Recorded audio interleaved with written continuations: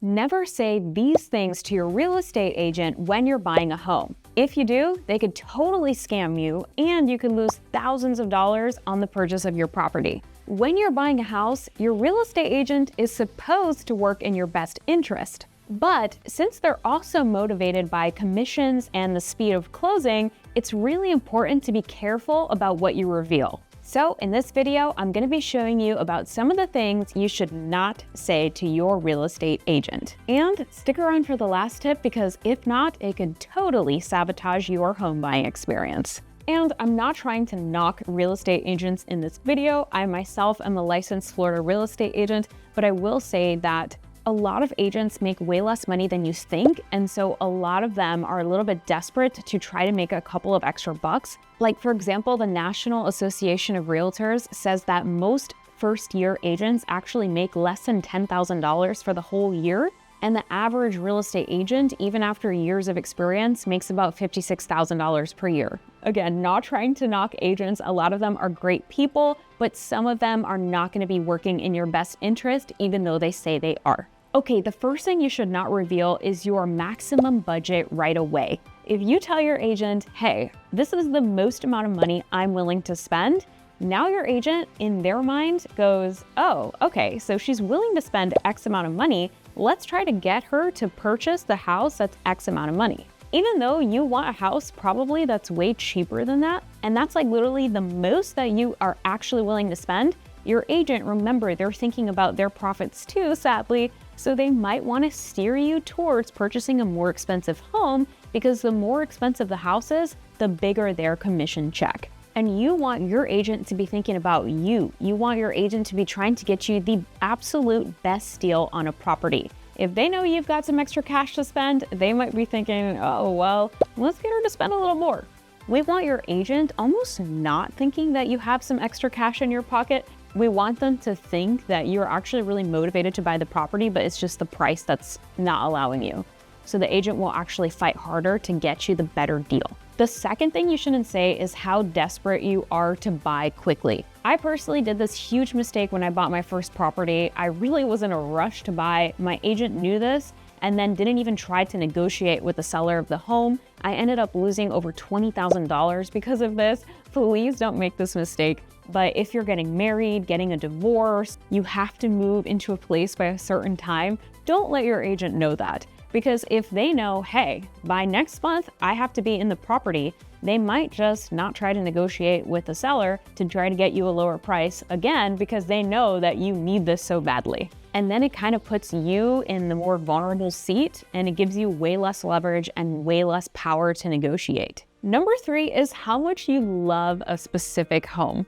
Listen, you might be going through that property, seeing the walls, the floors, the interior. You're already visualizing yourself there, your family, your dreams, your future, and all of that stuff could be true, but don't tell your agent this is the one. If you say that stuff to your agent, again, they may not try to negotiate for you because they're like, oh, you're already sold on this place.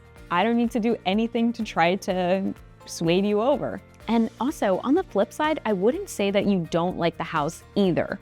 Now, I know what you might be thinking. Well, Anita, if I tell my real estate agent I don't really like the house, then they'll negotiate more for me, right?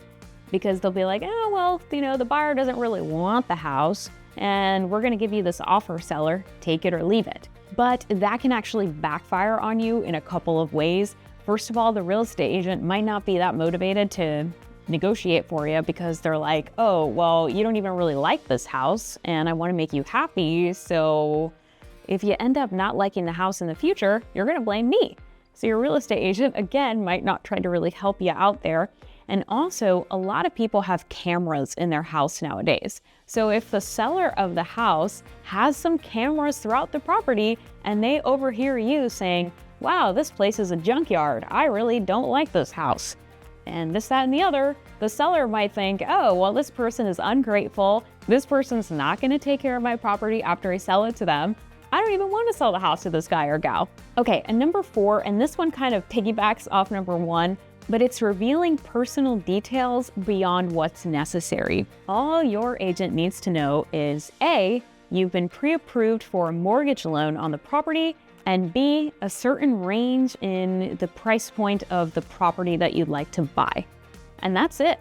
You don't need to share your assets, how much is in your saving account, or any other financial details other than that. Now, here's why you shouldn't share that. If they know, hey, this guy or gal, they're a baller.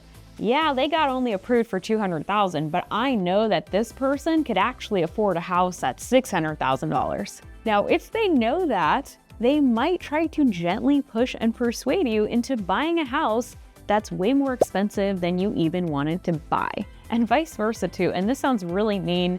This happened to me as well. When I was starting on my real estate journey, I was making almost like minimum wage at my job, and my real estate agent didn't prioritize me because she kind of knew my personal financial situation at the time. And she almost like didn't prioritize me as much as some of her other clients because I guess she thought that like I couldn't afford it. I know that sounds so sad, but with that, I just want to say, don't tell them TMI. Number 5 is your flexibility on buying a property.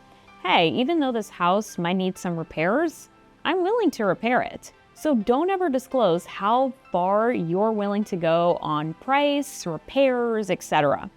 because that is your negotiation power as a buyer. Number 6 kind of piggybacks off number 2 as well, but future plans that could affect urgency.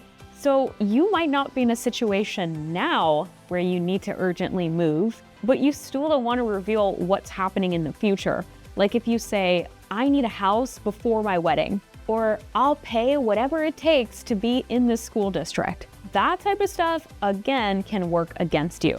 And again, I'm really not trying to be mean. A lot of real estate agents, I just want to keep saying this because a lot of them are such nice people and they really do care about their buyers and sellers. But the problem is, again, is that because they don't make a lot of money and their entire financial future is literally based on whether you buy this house and for how much, you have to understand that at the end of the day, it is a bit of a conflict of interest. And that's actually why I decided never to use my real estate license. Like I don't actually work with a brokerage or anything. I just got the license so that I could learn about real estate, but don't actually practice myself because it is like such a darn competitive industry and a lot of agents don't really make much money at all. In my experience, I much rather be a real estate investor because for me, that's more of a surefire thing. I'm actually able to make consistent money off of that. And I know when I purchase a property that I'm gonna make money from it. Also, if you're enjoying this video, make sure to hit that thumbs up button and subscribe to the channel, as I'm going to be showing you exactly how I invest in real estate, how I'm able to make passive income from my real estate investments, and how I own over $1 million worth of property assets. And before, I was just working a normal 9-to-5 job, making $32,000 a year. There was really nothing special about me other than a will and a desire to learn. And also as a bonus tip, speaking of some of the mistakes that I made, when I first started, I actually just got the first real estate agent that I found on Google. I literally typed in real estate agents near me in my Google search bar and found the first gal that I saw, called her, and literally bought like the second property she showed me. I made no negotiations, nothing. Like I literally just bought the property at a full price offer, which was so silly. And I accidentally told my real estate agent a lot of the stuff that you're not supposed to tell your real estate agent that we just talked about in this video. So this is literally why I'm making this channel, is to help other people out so they don't make the same errors I did. And again, if you like the video, make sure to hit that thumbs up and subscribe, and click on this video here if you want to learn more about making smart real estate investments.